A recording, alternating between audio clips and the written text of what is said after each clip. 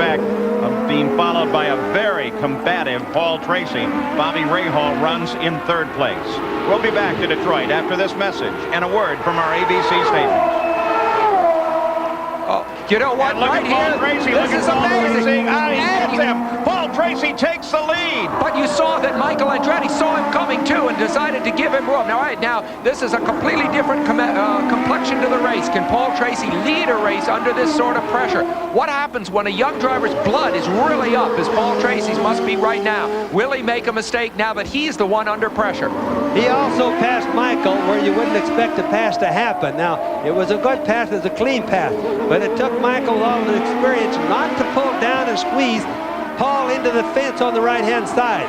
It's what we sat here and cringed at, if it could be made. Major league race driving, though.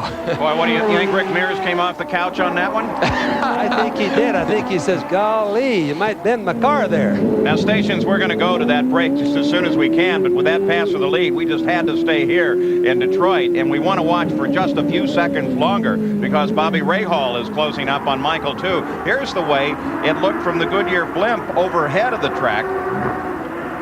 And boy, that looks like an almost impossible situation. If Michael hadn't realized what was happening, the leading two cars would have been out and Bobby Rahal would have been leading this race. Michael even had to back off there a little bit, Sam, as it started happening. And of course, you can watch Paul Tracy backed off a little bit too, because it really looked like it was going to be a collision. It's a difficult place because Michael really has to go to the right, his right or our left. You see what happened there in order to make the corner, period.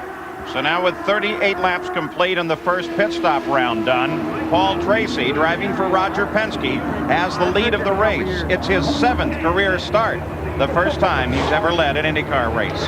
We'll be back after this message and a word from our ABC station. Hi.